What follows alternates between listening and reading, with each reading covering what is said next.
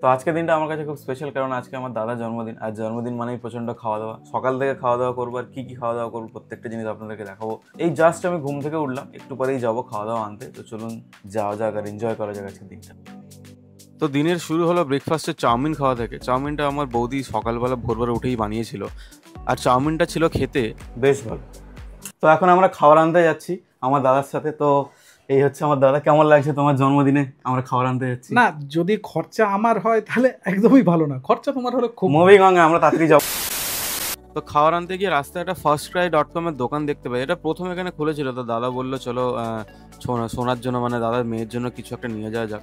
তারপর আমরা হালকা মলে ঘোরাঘুরি করে আমরা ডাইরেক্ট চলে গেলাম খাবার আনার জায়গায়। আমরা এখানকার আজকে হররোজ থেকে খাওয়া দাওয়া ট্রাই করব। যদি তোমরা হলদিয়ায় থাকো তাহলে হররোজের খাওয়া ট্রাই করতে পারো, খুবই ভালো এখানকার খাওয়া দাওয়া। আমরা অনেকদিন পরেই এখানে খেলাম। তো হররোজের পরে আমরা চলে গেলাম বিদ্যুৎ বেকারিতে। এখানে দাদার বার্থডের কেকটা নেওয়ার ছিল, তো কেকটা নিয়ে আমরা তাড়াতাড়ি বাড়িতে চলে গিয়েছিলাম। তো খাওয়া দাওয়া রেডি হয়ে গেছে, চলুন গিয়ে খাওয়া দাওয়া করি।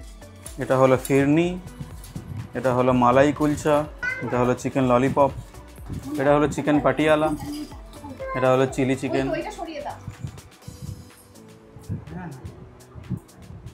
আর এই হলো আমাদের বিরিয়ানি। প্রথমে যেটা আমি খাচ্ছিলাম সেটা হচ্ছে চিকেন ললিপপ।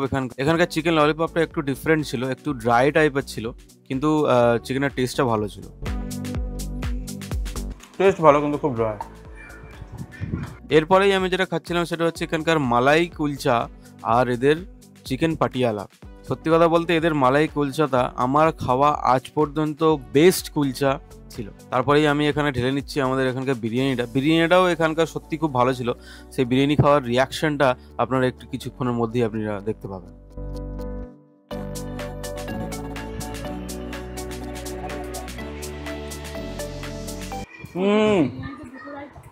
দারুণ দারুণ, সত্যি এখানকার বিরিয়ানিটা খুবই ভালো ছিল, আর ছিল খুবই রিজনেবল প্রাইসে, অনলি 300 রুপিস।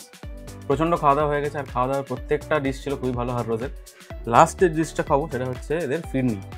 আর দেখতে পাচ্ছেন এখানে হাফ আমার বাবা ট্রাই করেছিল, এখান থেকে আমি এটা খাবো। এখানকার ফিরনিটাও খুব ভালো।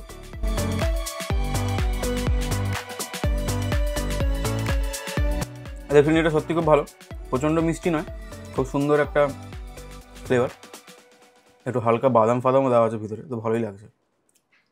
যদি ভিডিওটা ভালো লেগে থাকে তাহলে লাইক অ্যান্ড শেয়ার অবশ্যই করবেন, আর এরকম টাইপের ভিডিও দেখার জন্য অবশ্যই সাবস্ক্রাইব করবেন। Thank you.